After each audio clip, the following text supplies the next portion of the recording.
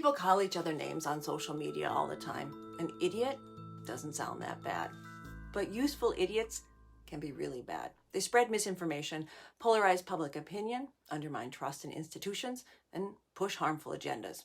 I'm Dr. K. I'm a political scientist who looks at how information is shared. And like in the past, I'm taking a current news story and we're going to zoom out a little bit. In politics, useful idiots, knowingly or unknowingly, are used by political or governmental power to achieve strategic goals, especially through propaganda or misinformation campaigns. When a popular media figure engages with a foreign government, you can see the interplay between state propaganda efforts and individual agency. A trip to Russia is one way the Kremlin can leverage that individual's platform and influence for its own agenda. Jane Fonda traveled to North Vietnam in 1972. U.S. basketball star Dennis Rodman has visited North Korea.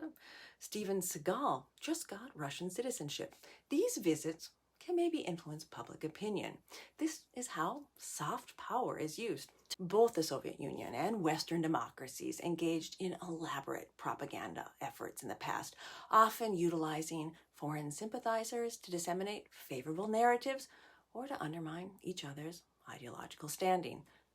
If we use a historical lens to look at this current trip to Russia, there is a continuity in practice, but we can also see how state actors have adapted traditional propaganda techniques to the digital age. There are important discussions about the media's role in shaping public perceptions. The visit to Russia by a U.S. media personality is just one way to see how individuals with significant social capital can impact collective beliefs and attitudes. And what about the responsibility of these media figures in global political discourse and the potential for their manipulation? The idea behind the useful idiot is that the person doesn't really realize that they're being manipulated.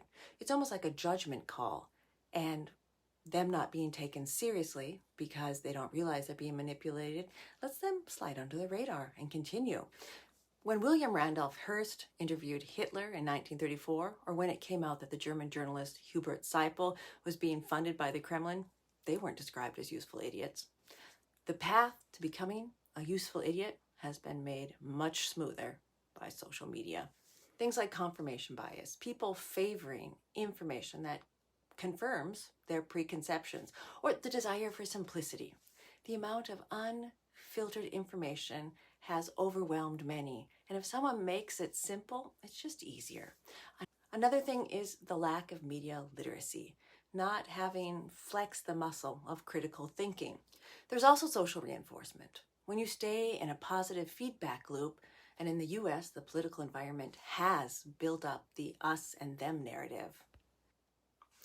Beyond what social media dials up, some people, individuals, want to identify with something larger than themselves, and they hook on to certain topics. Others admire influence or the power of certain authority figures, and there's something called cognitive dissonance, the discomfort that you feel when you're confronted with conflicting beliefs. I'm sure if you're really interested, it'll be easy to follow any media figure's trip to Russia. I'm Dr. K, and with over 2 billion people voting in 2024, it's important that you know what you should base your opinions on.